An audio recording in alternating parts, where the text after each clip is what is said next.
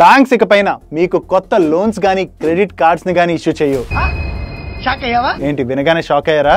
ఎందుకో చెప్తా. ముందు ఈ రీల్ ని సేవ్ చేసుకుని ఛానల్ ని అయితే ఫాలో అయిపోండి.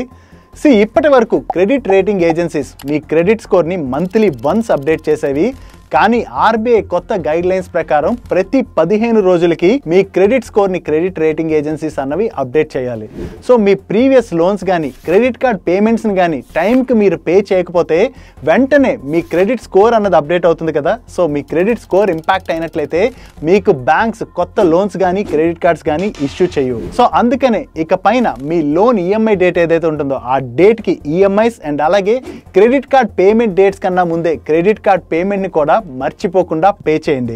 ఒక రకంగా ఆర్బీఐ తీసుకొచ్చినటువంటి ఈ రూల్ మనకి కూడా మంచిదే.